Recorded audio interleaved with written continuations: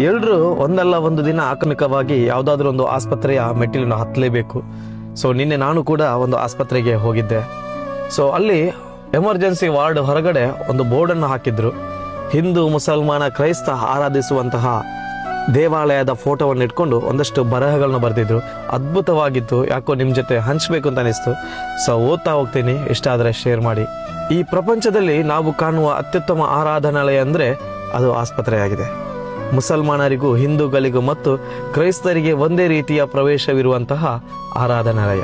ಇಲ್ಲಿ ಉನ್ನತ ಜಾತಿಯವನು, ಕೀಳು ಜಾತಿಯವನು ಎಂದು ಇಲ್ಲ, ಎಲ್ಲರೂ ಸಮಾನರು. ರಕ್ತ ಬೇಕಾದವನು ಹಿಂದುವಿನದ್ದ, ಮುಸಲ್ಮಾನನದ್ದ, ಕ್ರೈಸ್ತನದ್ದ ಎಂದು ವಿಚಾರಿಸಲು ಕೂಡ ಆತನಿಗೆ ಸಮಯವಿರುವುದಿಲ್ಲ. ಮನನೊಂದು ಎಲ್ಲ ಜಾತಿಯವರು ಜಗದ ಒಡೆಯನನ್ನು ಕರೆದು ಪ್ರಾರ್ಥಿಸುವಂತಹ ಸ್ಥಳ ಇದಾಗಿದೆ.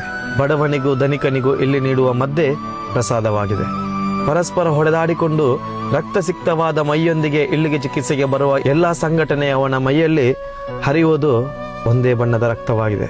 ಮೆಟರ್ನಿಟಿ ವಾರ್ಡಿನಲ್ಲಿ ಒಂದು ಮಗು ಜನಿಸುವಾಗ ಮತ್ತೊಂದು ವಾರ್ಡಿನಲ್ಲಿ ಒಬ್ಬರು ಸಾಯ್ತಾ ಇರಬಹುದು. ಟಾನಿಕ್ ಮತ್ತು ಗುಳಿಗೆಗಳ ಸುವಾಸನೆ ಬೀರುತ್ತಿರುವಂತಹ ವಾರ್ಡ್ಗಳಲ್ಲಿ ಒಮ್ಮೆ ಸುಮ್ಮನೆ ಹೀಗೆ ನಡೆದು ನೋಡಬೇಕು. 200 ಕಿಲೋ ಭಾರ ಎತ್ತುತ್ತಿದ್ದ ಕಟ್ಟುಮಸ್ತಾಗಿ ಇರುವ ಯುವಕನು, ಬಿಳಿ ಬಣ್ಣದ ಚರ್ಮದವನೆಂದು ಅಹಂಕಾರದಿಂದ ನಡೆಯುತ್ತಿದ್ದವನು ಎಲ್ಲರೂ ಈ ವಾರ್ಡಿನಲ್ಲಿ ಅಲುಗಾಡಲು ಕೂಡ ಆಗದೆ ಮಲಗಿರುವುದನ್ನು ಕೂಡ ನಾವು ಕಾಣ್ಬೋದು.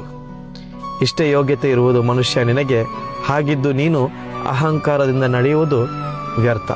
ತುಂಬ ಅದ್ಭುತವಾಗಿದೆ ಅಲ್ವಾ? ಯಾಕೋ ನಿಮ್ಮ ಜೊತೆ ಹಂಚ್ಕೊಳ್ಬೇಕು ಅಂತ ಅನಿಸಿತು, ಹಂಚ್ತಾ ಇದ್ದೀನಿ. ಇಷ್ಟ ಆದರೆ ಶೇರ್ ಮಾಡಿಬಿಡಿ.